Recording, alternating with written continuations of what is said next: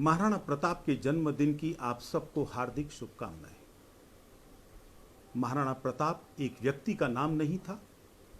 महाराणा प्रताप प्रतीक थे भारत के संकल्प के। हम घास की रोटी खा सकते हैं, हम भूखे सो सकते हैं, हम कच्चे बर्तन के अंदर खाना खा सकते हैं, लेकिन अपने धर्म के साथ, अपने स्वाभिमान के साथ, अपने देश के हित के साथ कोई समझौता नहीं करेंगे। यह संकल्प केवल महाराणा प्रताप का नहीं, यह संकल्प करोड़ों वर्षों से पूरे देश का रहा है। कोरोना नाम की बीमारी से संपूर्ण विश्व त्रस्त है। जैसे ही यह बीमारी भारत के अंदर आती है, संकल्प लेकर संपूर्ण राष्ट्र खड़ा होता है कि हमको इस बीमारी को ध्वस्त करना है, हमें इसके ऊपर विजय प्राप्त करनी है। प्रधानमंत्री जी ने एक संकल्प दिलाया देश को लॉकडाउन का। हमें अपने आश्रम बंद करने हैं, हमें अपने मंदिर बंद करने हैं। उनके एक आदेश के ऊपर भारत के सभी मठ मंदिर, गुरुद्वारे, जैन स्थानक, बौद्ध मठ सब बंद हो गए, पूजा पाठ बंद हो गई। लेकिन केवल मंदिर बंद हुए, उनके भोजनालय बंद नहीं हुए। उन सब ने अपनी क्षमताओं का विस्तार किया। जिस भोजनालय के अंदर 200 की क्षमता थी, 150 की क्षमता थी, उन भोजनालयों से 4000, 5000 पैकेट्स ये बनकर भोजन के जाने लगे। पूरे देश के करोड़ों संतों ने संकल्प ले लिया, इस देश के 125 करोड़ समाज ने संकल्प ले लिया, किसी को भूखा नहीं सोने देंगे, किसी को हम अनाथ नहीं रहने देंगे। हर एक के पास भोजन पहुंचाया गया और ऐसा लगा संपूर्ण देश एकजुट होकर इस महामारी का मुकाबला करेगा और इस पर जल्द ही विजय प्राप्त करके रहेगा। तभी ध्यान में आया कि एक वर्ग ऐसा है, वो पूरे देश के संकल्प के साथ नहीं जुड़ा। ऐसा लग रहा था कि जहां एक और पूरा देश कोरोना को समाप्त कर रहा है, कुछ लोग इसके सहायक बनकर खड़े हैं। जी हां, आप ठीक समझ रहे हैं। तबलीग जमात पूरे विश्व के अंदर बदनाम हो गए इन कृत्यों के कारण से। उनको संतोष था कोरोना का विस्तार करने में, स्वयं मर जाएं इसकी चिंता नहीं, लेकिन उनके कारण से और 50 लोग, 100 लोग संक्रमित होंगे, वो बीमार होकर मर जाएंगे, इस बात का उनको संतोष रहा। इनकी बात छोड़ दीजिए। कौन सा चर्च ऐसा था, कौन से ऐसे मिशनरी थे जिन्होंने जिस प्रकार के सेवा कार्य बाकी देश कर रहा है उस तरह का प्रयास किया? एक भी सेवा कार्य किसी चर्च के द्वारा चल रहा हो, ऐसा कहीं समाचार नहीं मिला। हो सकता है एक आध जगह कहीं चला भी हो, वो अपवाद है। उस अपवाद के द्वारा नियम स्थापित नहीं हो सकता। क्यों ऐसा कर रहे हैं? एक और भारत में जन्म लेने वाली सभी आध्यात्मिक परंपराएं कोरोना का मुकाबला करने के लिए खड़ी हो गई। संपूर्ण देश एक साथ खड़ा है, यह दृश्य उसमें दिखाई दे रहा था। वहीं इस्लाम और ईसाईयत के मानने वाले क्यों अपने आप को दूर लेकर खड़े होते हुए दिखाई देते हैं? वो कोरोना के विरुद्ध युद्ध नहीं, कोरोना के साथ खड़े हुए कई जगह तो दिखाई देने लगे थे। क्या वो इस देश के नहीं है? कौन है वो लोग? क्यों इस देश के प्रति उनके मन में कोई संवेदना नहीं है? क्यों इस देश के वासियों के प्रति कोई सहिष्णुता उनके मन के अंदर नहीं है?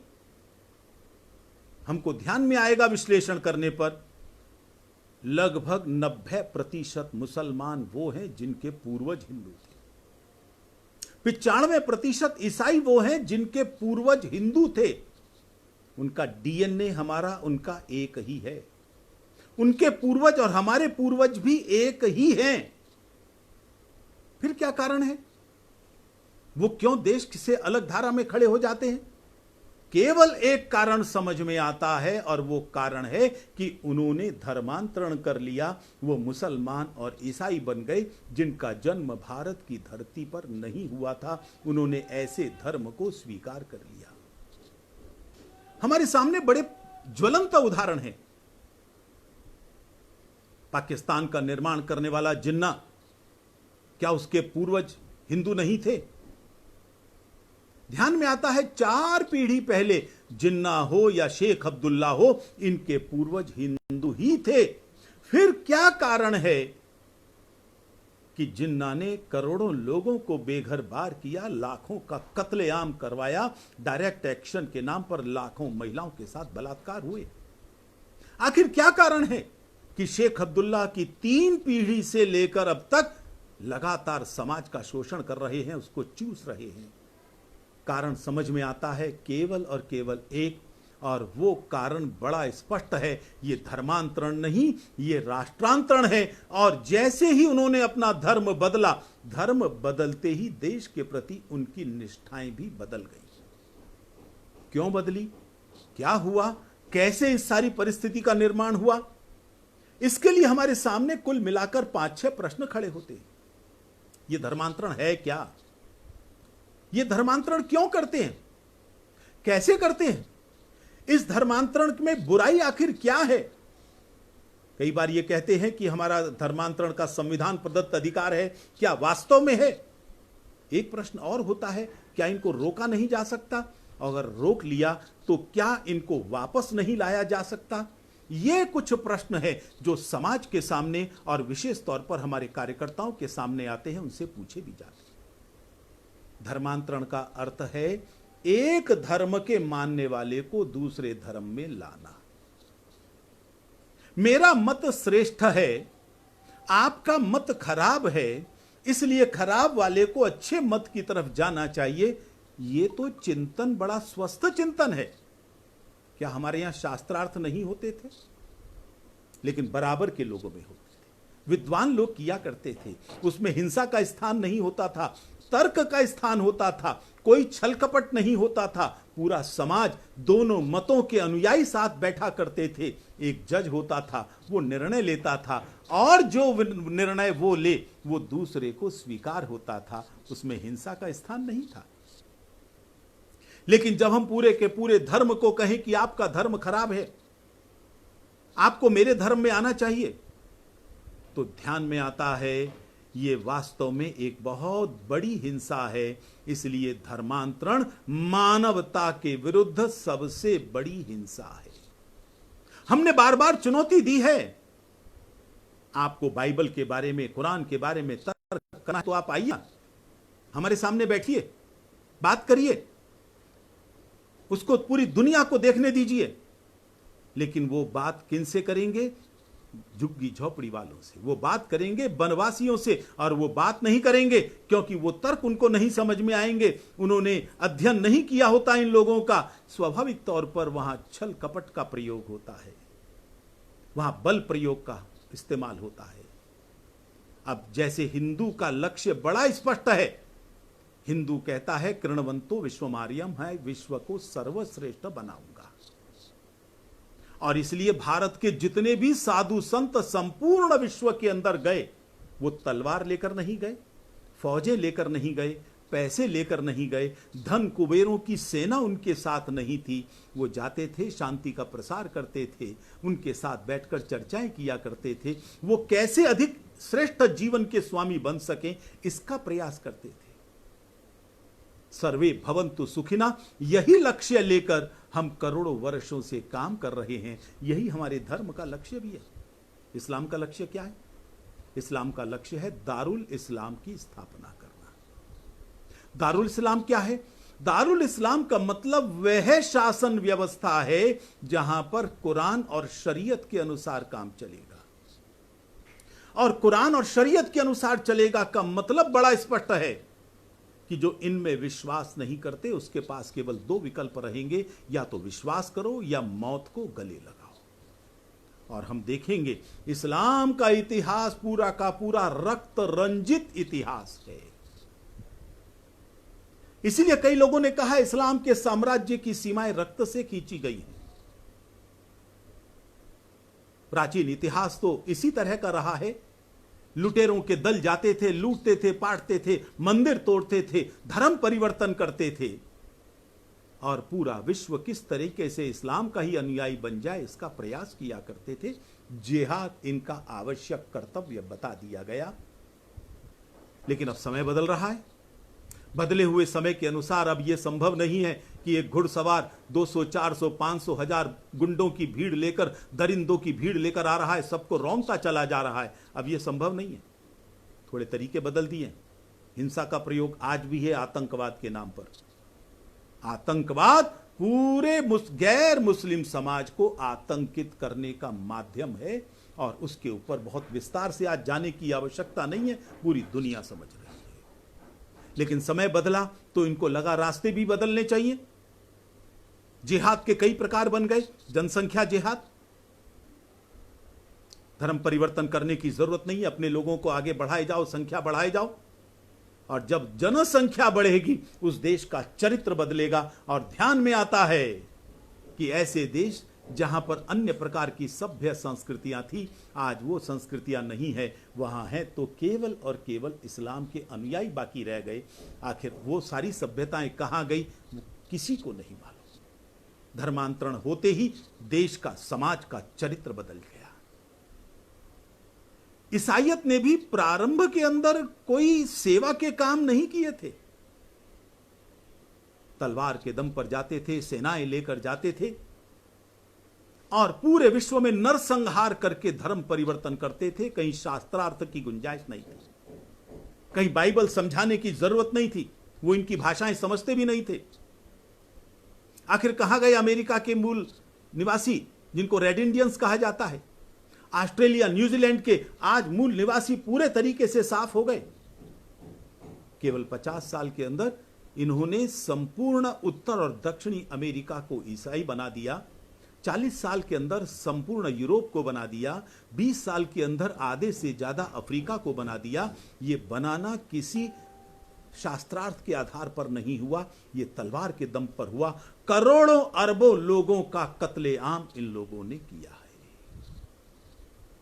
लेकिन जब लगा कि ये रास्ते लंबे समय तक नहीं चल सकते, ये रेजिस्टेंस भी निर्माण करते हैं, तो दूसरे रास्ते, सेवा केवल एक बहाना, सेवा के बहाने से उन लोगों में घुसना, घुसकर धर्मांतरण करना, धर्मांतरण करने के लिए धोखा देना, जहां आवश्यकता पड़ती है बल प्रयोग करना।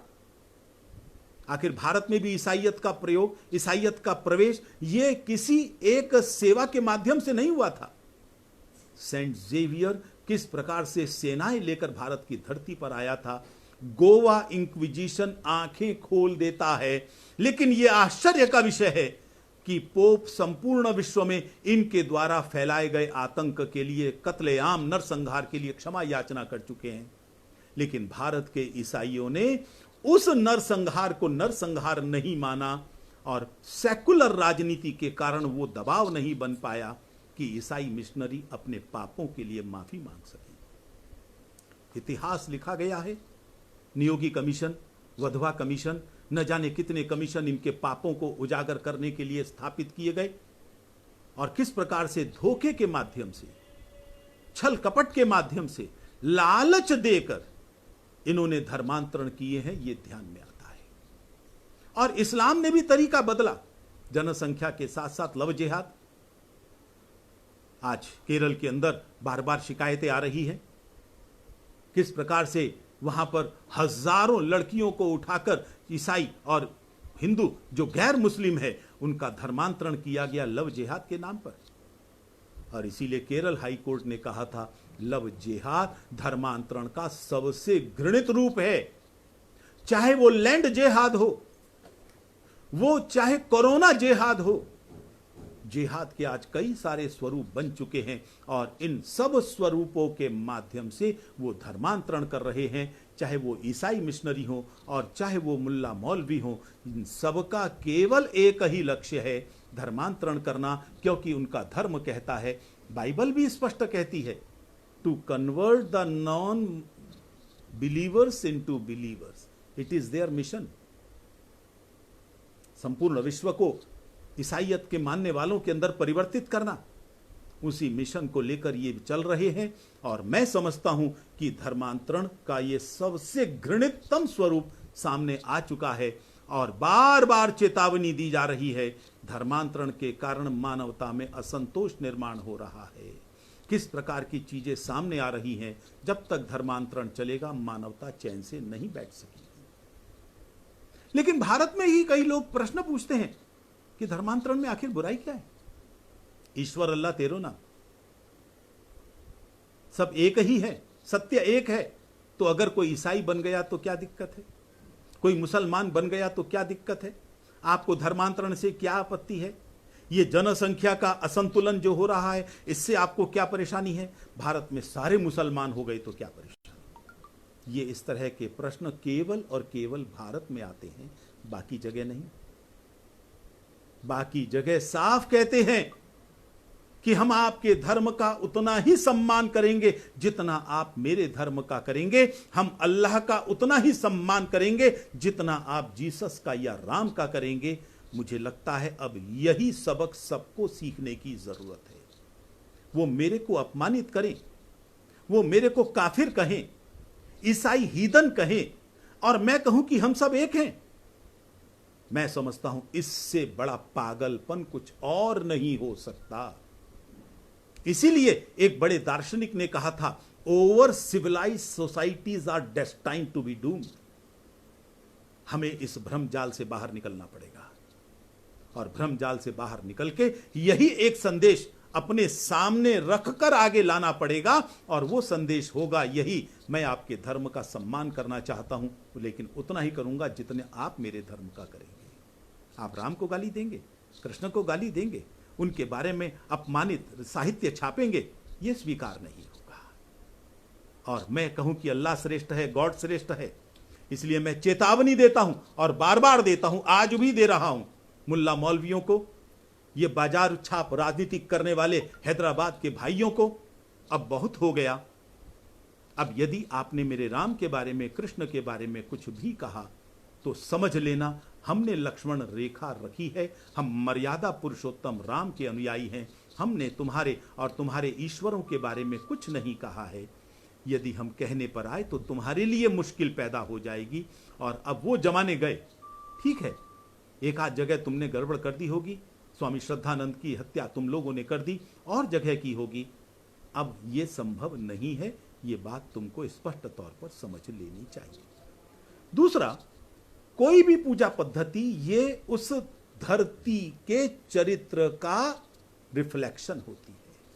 उस धरती का चरित्र क्या है? कुछ दिन पहले एक प्रवासी भारतीयों के कार्यक्रम में जाने हुआ। उनमें से कुछ लोग ऐसे थे जो भारत पहली बार आए थे। मैंने उनसे पूछा, आपके मन में भारत के प्रति कैसा भाव है? उन्होंने कहा, सम्मान का है। क्यों है?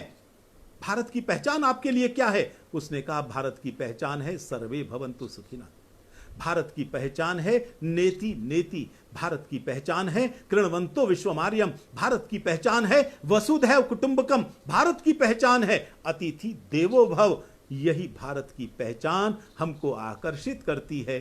भाइयों और बहनों, ये ध्यान कर लेना, ये भारत की पहचान यहां के हिंदू धर्म के कारण से ही है।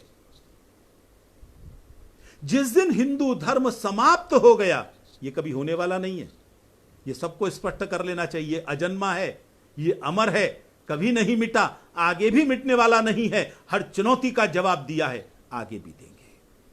लेकिन एक काल्पनिक स्वरूप समझ लीजिए, अगर हिंदू नहीं रहा तो भारत भारत नहीं रहेगा। आखिर पाकिस्तान भारत का ही तो हिस्सा था। पाकिस्तान की सभ्यता पहचानी जाती थी तक्षशिला से, सिंधु की सभ्यता से। आज वहां पर हिंदू नहीं है, जो हैं वो पीड़ित हैं। आज वहां की पहचान हो गई है बम, आज वहां की पहचान हो गई है AK-47, रक्त की नदियां बहाना, ये वहां की पहचान हो गई है। गैर मुसलमानों को भूखा मारना, पैसे देंगे तभी जब वो धर्म परिवर्तन कर लेंगे। एक एक ग्रास के लिए धर्म परिवर्तन के लिए विवश करना, उनकी लड़कियों को उठाकर ले जाना। आज पाकिस्तान की ये पहचान है, वो भारत का ही तो हिस्सा था, फर्क क्या पड़ गया? इसलिए भारत की पहचान ये तभी तक रहेगी जब तक भारत ये बहुमत के अंदर है। इसलिए यदि यहां धर्म परिवर्तन का जाल चलता रहा, भारत भारत नहीं रहेगा, भारत का आत्मा मर जाएगी, और आत्मा मरने के बाद इस भारत की पहचान नहीं रहेगी, ये भारत की विशिष्टता नहीं रहेगी। इसलिए धर्म परिवर्तन करने में बुराई ही है। किसी भी धर्म के बारे में वो अच्छा है या बुरा है, उसके बारे में कुछ लिटमस टेस्ट होते हैं, कुछ उनको हमें परीक्षण पर उतारना पड़ेगा। पहला परीक्षण है वो दूसरे धर्मों के अनुयायियों के बारे में क्या सोचते हैं। हमने तो कभी बुरा नहीं सोचा। ध्यान करना, भारत में पहली मस्जिद एक हिंदू राजा ने बनाई थी, चेरावन। भारत में पहली चर्च उत्तरी भारत में राजा रणजीत सिंह ने बनाई थी, एक हिंदू राजा थे। हमने तुमको केवल जीने का अधिकार नहीं, हमने तुमको इज्जत की जिंदगी, अपनी पूजा पाठ करने का अधिकार दिया है। कब तुमको नमाज पढ़ने से रोका गया? कब तुमको चर्च में जाकर प्रेयर करने से रोका गया? एक भी उदाहरण नहीं मिलेगा। कोई कठिनाई आई तो हम आगे बढ़े। यह है हिंदू का चिंतन। और तुमने क्या किया है भाई? जब तुमने मंदिर तोड़कर पांडेचेरी के अंदर, मालाबार के अंदर, गोवा के अंदर वहां चर्चों के ढेर खड़े कर दिए, तब सेंट जेवियर क्या कहता था? यह दृश्य देखकर मेरी आत्मा ठंडी हो गई है। इस्लाम का इतिहास तो पूरी दुनिया से परिचित है। गैर मुसलमानों को कैसा समझते हैं? एक बार मुस्लिम देशों में जाकर, या जिस जगह ये मेजॉरिटी है वहीं पर देख लीजिए। मैं विदेशों की बात क्यों करूं, मेरे देश कश्मीर में क्या हुआ था, केरल के मल्लापुरम में क्या होता है। आज भी जब रोजे चल रहे हैं, लॉकडाउन के कारण स्कूल बंद हैं, लेकिन जब स्कूल खुले होते थे, गैर मुस्लिम बच्चों को शौचालय में जाकर भोजन करना पड़ता था, क्योंकि वो उनको भोजन करने की अनुमति नहीं देते थे। कल ही की बात है, व्हाइट हाउस के अंदर हमारा शांति मंत्र चल रहा था, उनको शांति मिल रही थी, प्रेरणा मिल रही थी। एक टीवी चैनल पर एक पढ़ा लिखा मुसलमान बैठा है और वो कान में से लीड निकाल कर कहता है, शब्द सुनिए, वो कहता है, मैं शांति मंत्र नहीं सुन सकता, मैं दिन में नमाज की अजान सुनता हूं 5 बार लाउड स्पीकर के ऊपर। मैंने आपत्ति नहीं की, किसी हिंदू ने नहीं की। वो शांति मंत्र नहीं सुन सकते। इसलिए पूरी दुनिया में कत्लेआम करने का इतिहास इन लोगों का है। असहिष्णुता ये इनके अंदर है, ये कभी समरस नहीं हो सकते गैर मुस्लिम समाज के साथ, ये हम सब लोग जानते हैं। दूसरा लिटमस टेस्ट है इनका महिलाओं के बारे में क्या दृष्टिकोण है। जो समाज महिलाओं का सम्मान नहीं कर सकता वो सभ्य नहीं हो सकता। मातृवत परदारेश यत्र नार्यस्तु पूज्यन्ते, नारी को सम्मान देना, नारी को देवी मानना। और हमारे यहां तो देवियां नारी रही हैं, ईश्वर का समकक्ष रही हैं, ईश्वर भी उनके सामने नतमस्तक होता है। लेकिन इस्लाम में क्या स्थिति है पूरी दुनिया जानती है। और तभी स्पष्ट हो गया था भारत के अंदर भी। दुनिया की बात छोड़ दो, यजीदियों के साथ क्या हो रहा है, पाकिस्तान में क्या हो रहा है, बांग्लादेश में क्या हो रहा है, उनकी बात छोड़ दीजिए। भारत में क्या किया है कश्मीर के अंदर, स्तन काटे, जांघों पर पाकिस्तान जिंदाबाद के नारे लिखे, दीवारों पर लिखा कश्मीरी हिंदुओं कश्मीर छोड़कर चले जाओ, लेकिन अपनी औरतों को और अपनी संपत्ति को छोड़ दो, ये हमारे काम आएंगी। ये सभ्य समाज है। जब ट्रिपल तलाक का मामला सुप्रीम कोर्ट में था, एफिडेविट दिया गया मुस्लिम पर्सनल लॉ बोर्ड के द्वारा, यदि हमको ट्रिपल तलाक की अनुमति नहीं होगी हम औरतों को मार देंगे। बहु विवाह की अनुमति नहीं होगी, हम घर के अंदर औरतों को रखेल के तौर पर रख लेंगे। यह कौन सा सभ्य समाज है भाई। ईसाइयों के अंदर तो यह माना गया कि महिलाओं में आत्मा ही नहीं होती, वो केवल पुरुष के मनोरंजन के लिए बनाई गई। वोटिंग राइट अभी 20वीं शताब्दी में ही अमेरिका के अंदर महिलाओं को मिलते हैं, उनको वोटिंग राइट भी नहीं था, उनको तलाक देने का भी अधिकार नहीं था।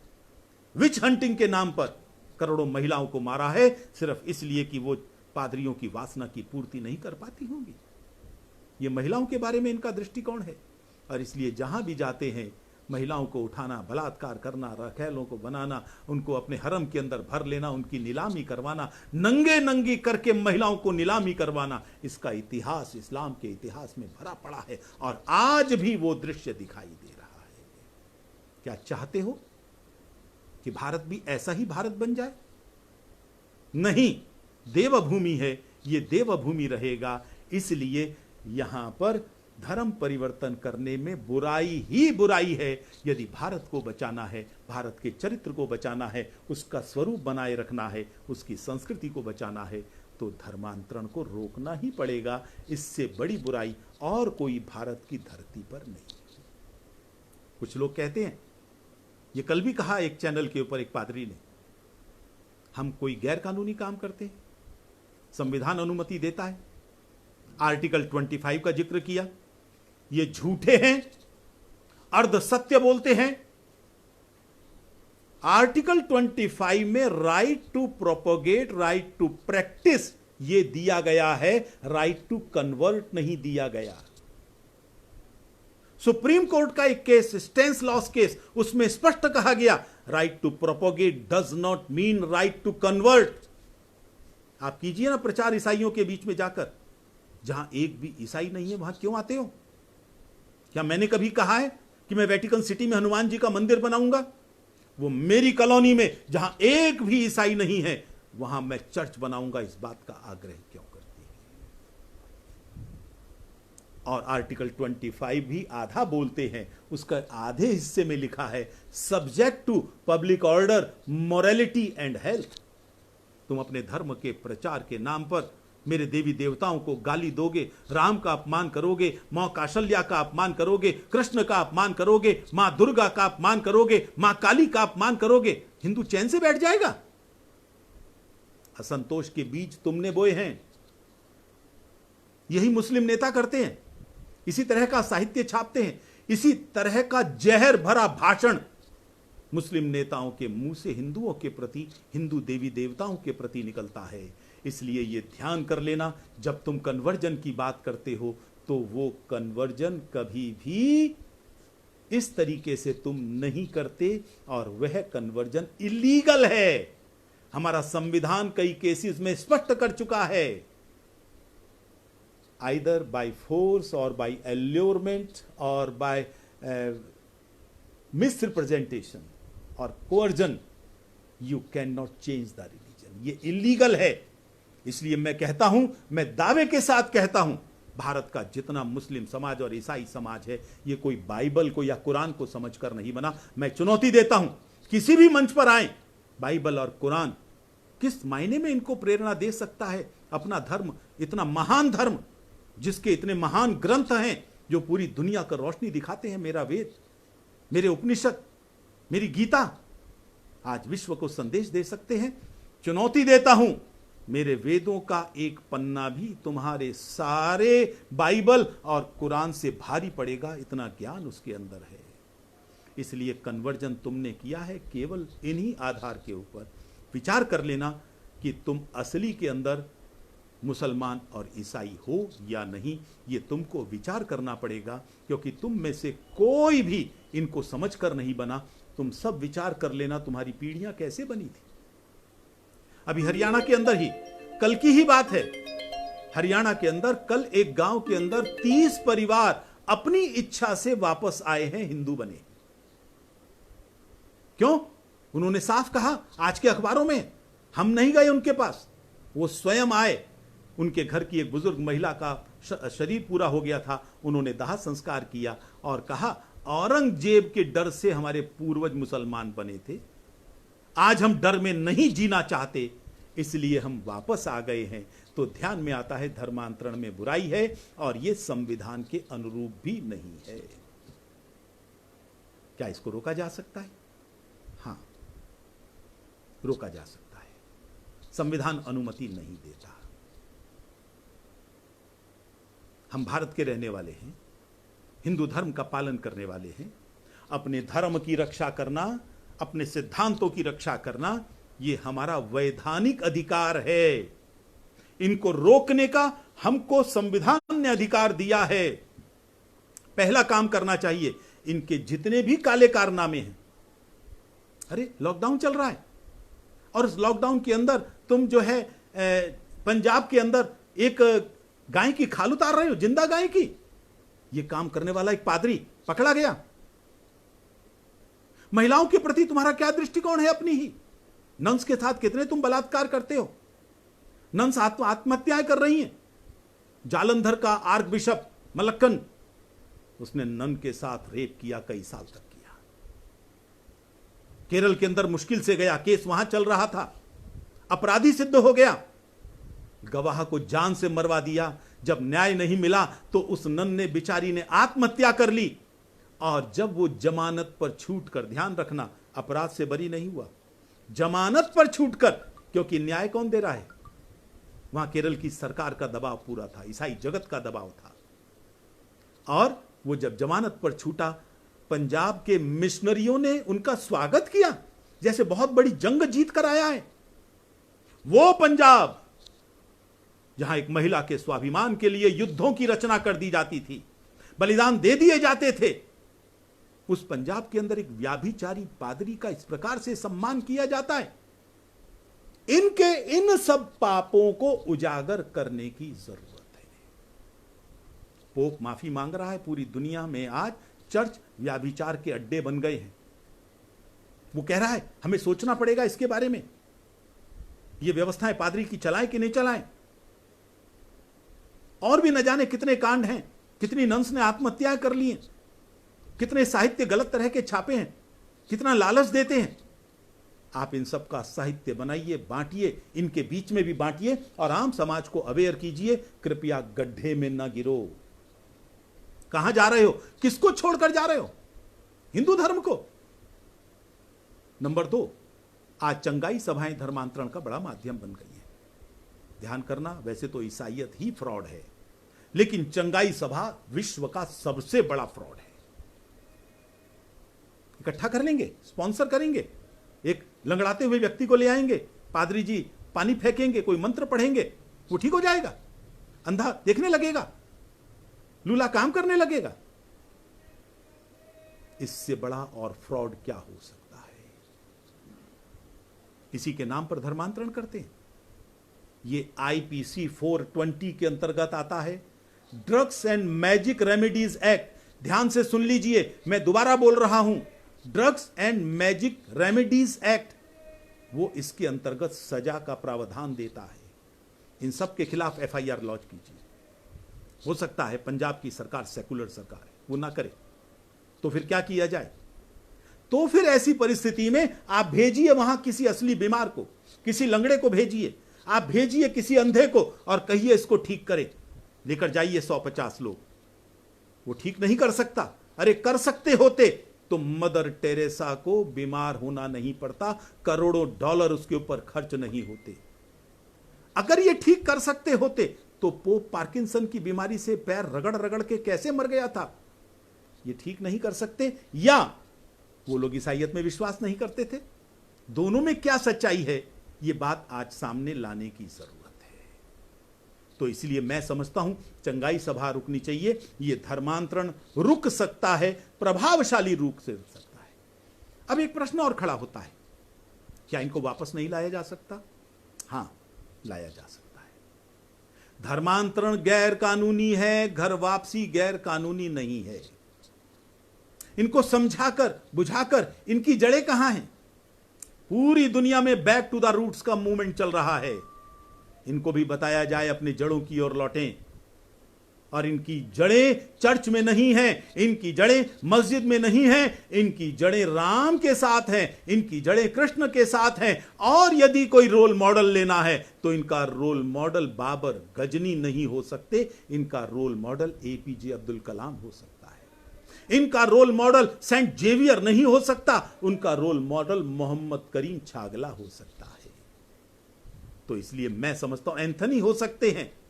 अभी जो सेना के पूर्व अध्यक्ष थे थॉमस, जिन्होंने कहा केरल के अंदर भारत की रक्षा किसने की, बड़ा फेमस उनका कोटेशन है, वो इनका रोल मॉडल हो सकते हैं।